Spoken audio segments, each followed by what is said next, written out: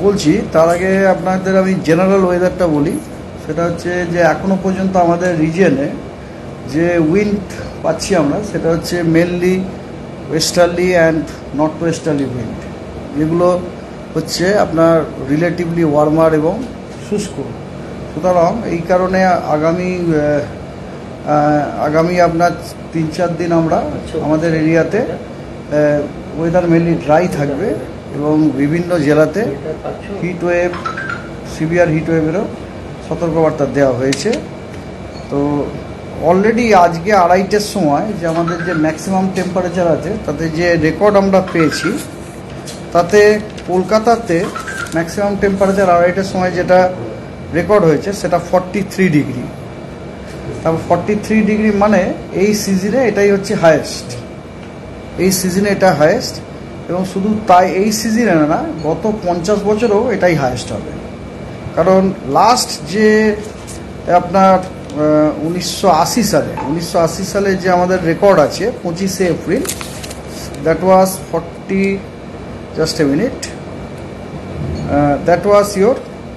41.7, হ্যাঁ, 1980 সালের 25শে এপ্রিল।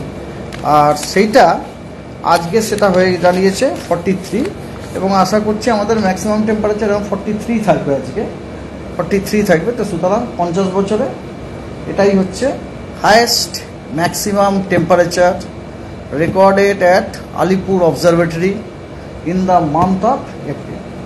ঠিক আছে, এটা গেল রেকর্ড। এছাড়াও আরও কয়েকটা স্টেশনেরও আমাদের কাছে খবর এসছে 2:30-টের সময়। যেমন ধরো আসানসোলে আজকে 44.2, ক্যানিং 43.6 এবং ডায়মন্ড হারবার 40। ঠিক আছে,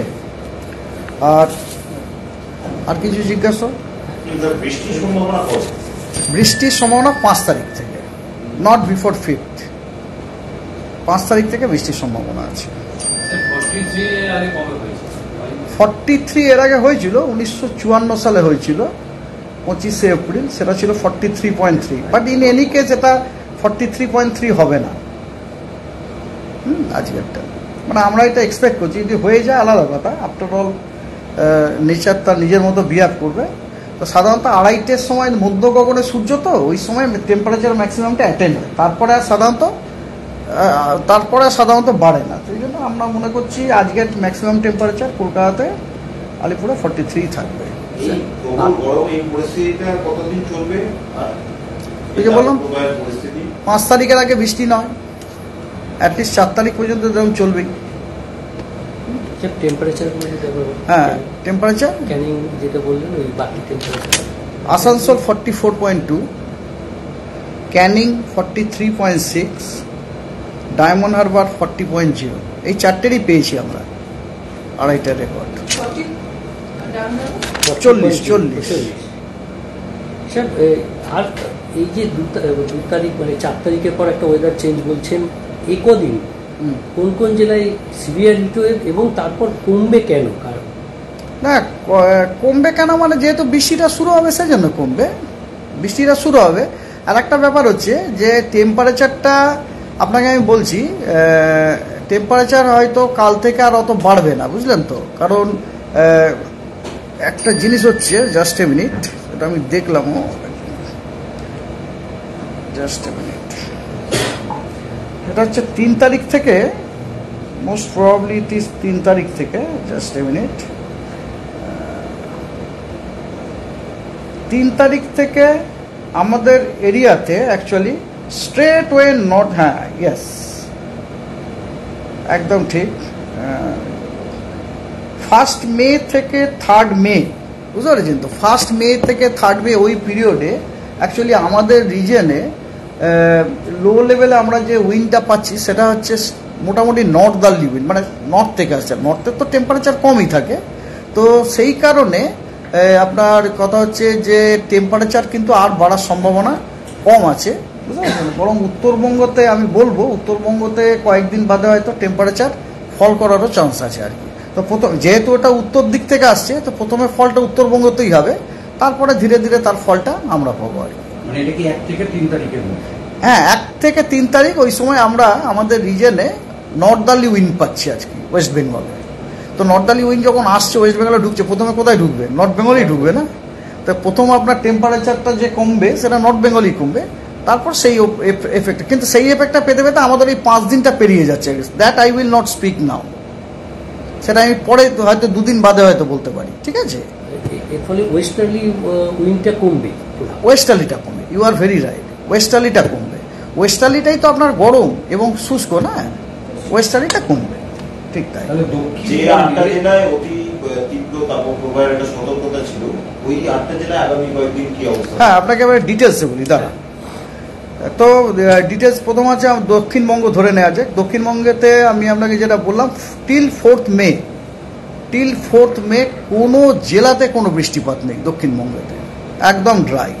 5ই মেতে light rain with thundery activities আছে। সেগুলো কোন কোন জেলায়? কোস্টালের সব কটা জেলাতে, গ্যাঞ্জেটিকের নদিয়া এবং মুর্শিদাবাদে, এবং ওয়েস্টের বীরভূম ডিস্ট্রিক্টে, ঠিক আছে? 5 তারিখে।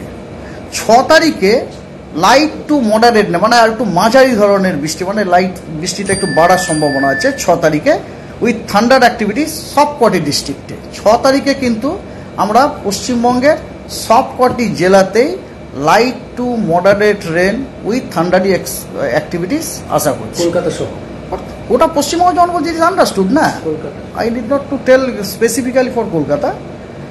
আর একটা যেটা জিনিস সেটা হচ্ছে আগামী 4-5 দিনে দিনের তাপমাত্রা কিন্তু বড়সড় বাড়ার কোনো সম্ভাবনা নেই, যেটা কারণ আমি আপনাদের বললাম, যে কারণ নর্থ দিনাজপুরে আজকে হিটওয়েভ থেকে সিভিয়ার হিটওয়েভের অ্যালার্ট করা হয়েছে।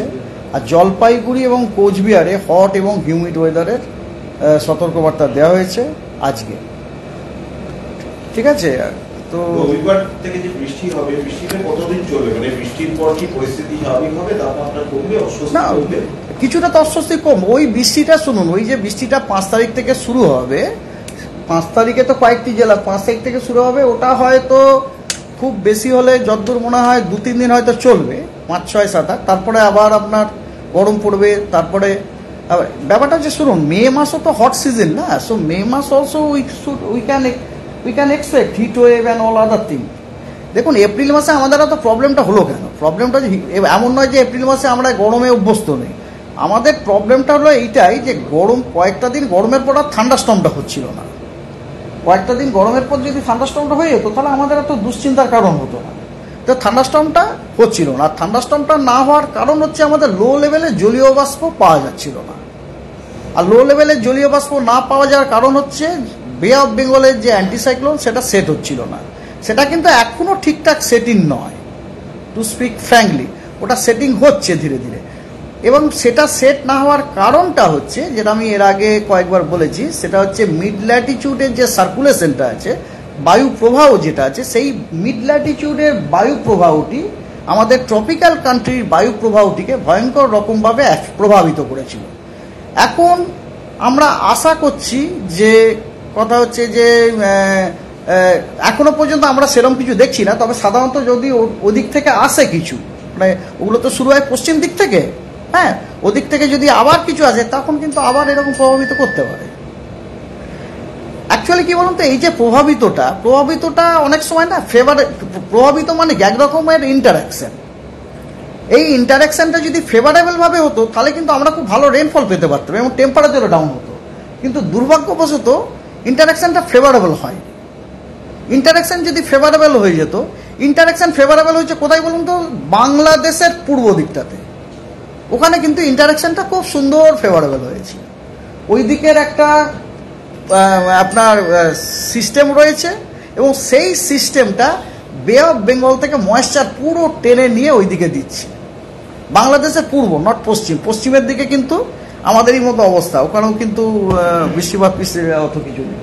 তো এইটা হচ্ছে ব্যাপার আর কি, এটা হচ্ছে নেচার। আমরা সায়েন্টিস্ট, আমরা খুব বেশি হলে ওটা ডায়াগনোজ করতে পারবো, ডায়াগনোজ করে যেটা ঘটনা সেটা বলতে পারবো। আমরা তো আপনাদেরকে মনের মতো খবর দিয়ে আমাদের পক্ষে সম্ভব নয়, যেটা ঘটনা সেটাই আমরা বলতে পারবো। আপনি যে কারণগুলো বললেন স্যার, এই কারণেই কি নর্থ ওয়েস্টার গুলো, কালবৈশাখীগুলো কি এই কারণেই কমে যাচ্ছে? হ্যাঁ, কালবৈশাখী হওয়ার জন্য অনেকগুলি কারণের দরকার আছে সাইন্টিফিক। তার মধ্যে একটা অন্যতম কারণ হচ্ছে নিচু লেভেলে ভূপৃষ্ঠ থেকে নিচু লেভেলে পর্যাপ্ত পরিমাণ জলীয় বাষ্পের প্রবাহ দরকার। এবারে জলীয় বাষ্পটা দেবে কি? চাই বলতে চাই না, আপনার ঘরে কলের জল দরকার, কিন্তু তার জন্য তো আপনার কোনো একটা জায়গাতে ওয়াটার সাপ্লাই থেকে জলটা আসতে হবে না। এখানে ওয়াটার ভেপার সাপ্লায়ার হচ্ছে বে অফ বেঙ্গলের সিজনাল অ্যান্টিসাইক্লোন। ওই সিজনাল অ্যান্টিসাইক্লোনটি ঠিক প্রপারলি অর্গানাইজ হতে হবে, মানে প্রপার জায়গাতে সেটিং হতে হবে, তবেই তো ওখান থেকে হবে না।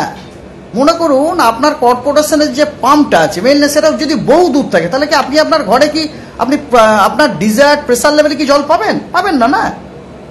এখানেও ঠিক একই ব্যাপার।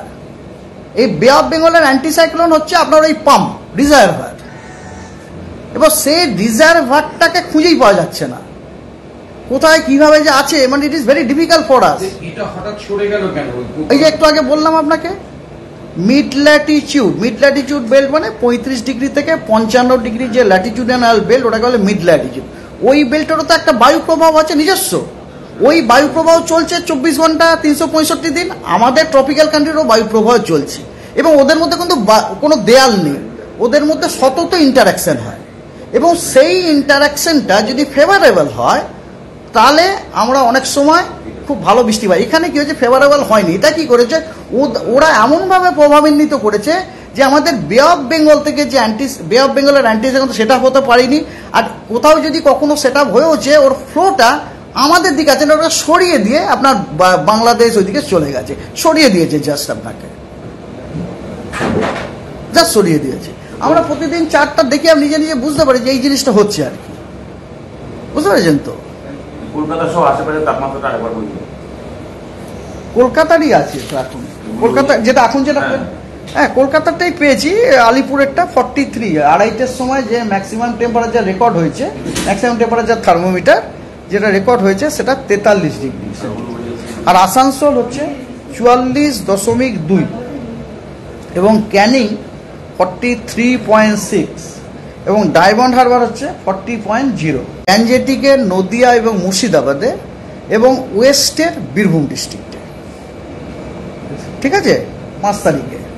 6 তারিখে লাইট টু মডারেট না, মানে আর একটু মাঝারি ধরনের বৃষ্টি, মানে লাইট বৃষ্টিটা একটু বাড়ার সম্ভাবনা আছে 6 তারিখে, উইথ থান্ডার অ্যাক্টিভিটি সবকটি ডিস্ট্রিক্টে। 6 তারিখে কিন্তু আমরা পশ্চিমবঙ্গের সবকটি জেলাতেই light to moderate rain with thundery activities আশা করছি। কলকাতা সহ ওটা পশ্চিমবঙ্গ যখন বলছি ইজ আন্ডারস্টুড না, I need not to tell specifically for Kolkata. আর একটা যেটা জিনিস সেটা হচ্ছে আগামী 4-5 দিনে দিনের তাপমাত্রা কিন্তু বড়সড় বাড়ার কোনো সম্ভাবনা নেই, যেটা কারণ আমি আপনাদের বললাম, যে কারণ নর্দার্লি উইন্ড যখন সেট হয়ে গেছে, যখন আর ওয়েস্ট থেকে উইন্ড আর আসছে না, তখন ন্যাচারালি আর টেম্পারেচারটা বাড়ার কোনো সময় নেই। এবারে টেম্পারেচারটা কমার জন্য ঠান্ডা হাওয়া আসতে হবে, সেটা আসার জন্য একটু সময় লাগবে না। এবার আসুক ওয়ার্নিং, আপনি যেটা জিজ্ঞেস করলেন, ওয়েস্টার্ন ডিস্ট্রিক্ট দিয়ে শুরু করা যাক। Hit wave condition at many places with severe heat wave at few places, যেখানে লাল সতর্কতা দেওয়া হয়েছে, সেটা হচ্ছে 3 দিন, আজ কাল পরশু, 30 তারিখ, 1 তারিখ এবং 2 তারিখ। ঠিক আছে, সেগুলো হচ্ছে কোন কোন ডিস্ট্রিক্ট। আর বীরভূম এবং বর্ধমানে ওয়ার্ম নাইটও দেওয়া হয়েছে 30 তারিখ, 1 তারিখ, 2 তারিখে। 30 তারিখ, 1 তারিখ, 2 তারিখে আপনি তাহলে বুঝতে পারছেন ওয়েস্টার্ন ডিস্ট্রিক্টে আপনার যেমন heat wave, severe heat wave আছে, তার সাথে সাথে কিন্তু ওয়ার্ম নাইটেরও সতর্কতা দেওয়া হয়েছে। ওকে, ঠিক আছে। এবং 3রা মে এবং 4থা মেতে হিট ওয়েভের সতর্কবার্তা দেওয়া হয়েছে, অরেঞ্জ অ্যালার্ট ওয়েস্টার্ন ডিস্ট্রিক্টগুলোতে। এবং ওয়েস্টার্ন ডিস্ট্রিক্টগুলোতে আপনি বুঝতেই পারছেন না, মানে আগামী 4 তারিখ পর্যন্ত হিট ওয়েভ অথবা সিভিয়ার হিট ওয়েভ কিন্তু থাকছে, এবং মিনিমাম কমলা সতর্কতা, এবং তার সাথে সাথে 2টি জেলাতে কিন্তু রাত্রিটাও গরম হবে। এবার আসা যায় গ্যাঞ্জেটিক ডিস্ট্রিক্টগুলি। Heat wave condition with severe heat wave সেটা সব কটা ডিস্ট্রিক্টে আমরা পাচ্ছি আপনার 30 তারিখ, 1 তারিখ এবং 2 তারিখে, এবং সেখানে রেড, এবং তার সাথে আপনার মুর্শিদাবাদটাকে কিন্তু রেড করে, মুর্শিদাবাদে কিন্তু রেড সতর্কতা দেওয়া হয়েছে সিভিয়ার হিট ওয়েভে। আর 3 তারিখ আর 4 তারিখে তখনও হিট ওয়েভটা থাকবে, তবে ইয়েলো সতর্কতাটা হলুদ, মানে কম জায়গাতে, খুব কম জায়গাতে থাকবে আর কি। তার মানে গ্যাঞ্জেটিক যে জেলাগুলো, মানে বলতে হবে হাওড়া, কলকাতা, হুগলি এবং নদিয়া, মুর্শিদাবাদ, ওগুলোতেও কিন্তু আপনার এই সপ্তাহতে হিটওয়েভের সম্ভাবনা রয়েছে। এবারে কোস্টালে আপনার heatwave at many places with severe heatwave আপনার দেওয়া রয়েছে, অল ডিস্ট্রিক্টের আছে 30/1/2 তারিখ, মানে আজকে 1 মে এবং 2 মেতে, এবং 3 তারিখে আর 4 তারিখে হিটওয়েভ দেওয়া হয়েছে অ্যাট 1 or 2 প্লেস নর্থ এবং সাউথ 24 পরগনাতে। আর আপনার তবে ওগুলোতে ইয়েলো অ্যালার্ট দেওয়া হয়েছে। আর ইস্ট মেদিনীপুরেও আপনার 3 তারিখ এবং 4 তারিখে হিটওয়েভ থাকবে, কিন্তু ওখানে অরেঞ্জ অ্যালার্ট দেওয়া হয়েছে। তো মানে ওখানে আপনার একটু বেশি জায়গাতে থাকবে, যেখানে ইয়েলো বললাম সেখানে একটু কম জায়গাতে থাকবে। তো এই গেল আপনার পুরো দক্ষিণবঙ্গ। উত্তরবঙ্গতে দার্জিলিং এবং কালিম্পংয়ে লাইট টু মডারেট রেনের সম্ভাবনা আছে উইথ থান্ডার ডেইলি 5 দিন, আজ থেকে 5 দিন, তার মানে আপনার 4 তারিখ পর্যন্ত ডেইলি। আর দিনাজপুর এবং মালদাতে প্রতিদিন dry, all days dry, Dinajpur ও মালদাতে। আর জলপাইগুড়ি, আলিপুরদুয়ার এবং কোচবিহারে ডে 1টা ড্রাই, তবে ডে 1 মানে আজকে 30 এপ্রিল, আর ডে 2 থেকে ডে 5 মানে 1 মে, 2 মে, 3 মে, 4 মেতে light to moderate rain with thunder. তার মানে উত্তরবঙ্গতে মোটামুটি বৃষ্টিটা যেমন চলছে সেরকম। আর কোনো, যেটা বলছিলাম, কোনো চেঞ্জ নেই। আগামী 2 দিনে দিনের টেম্পারেচার তো কিছু কমছেই না, তার 3 মে থেকে কিন্তু 2 থেকে 3 ডিগ্রি টেম্পারেচার ফল হতে পারে, এবং ওই ফলের এফেক্টটা আমরা পরে পাবো আর কি, ঠিক আছে। সো আর কিছু ওয়ার্নিংও দেওয়া আছে, কারণ যেখানে আমি রেনফল বললাম সেগুলো সবই with thunderstorm, rain related. Darjeeling, Jalpaiguri, কালিম্পংয়ে thunderstorm, lightning, rain, gusty wind with maximum wind speed 40 to 50 km/h, সেটা কিন্তু আমরা কাল পরশু, that means 1 May, 2 May, 3 May, 4 মেতে দেওয়া হয়েছে। আলিপুরদুয়ার এবং কোচবিহারের 3য় দিন এবং 5ম দিন, দ্যাট মিনস 2 তারিখ এবং 4 তারিখে দেওয়া হয়েছে। এবং সাউথ দিনাজপুর এবং মালদাতে heatwave to severe heatwave few প্লেসেসে অরেঞ্জ অ্যালার্ট, সেটাও দেওয়া হয়েছে ডে 1 and 2, দ্যাট ইজ আজ এবং কাল। আর দিনাজপুরে, নর্থ দিনাজপুরে আজকে হিটওয়েভ থেকে সিভিয়ার হিটওয়েভের অ্যালার্ট করা হয়েছে। আর জলপাইগুড়ি এবং কোচবিহারে হট এবং হিউমিড ওয়েদারের সতর্কবার্তা দেওয়া হয়েছে আজকে।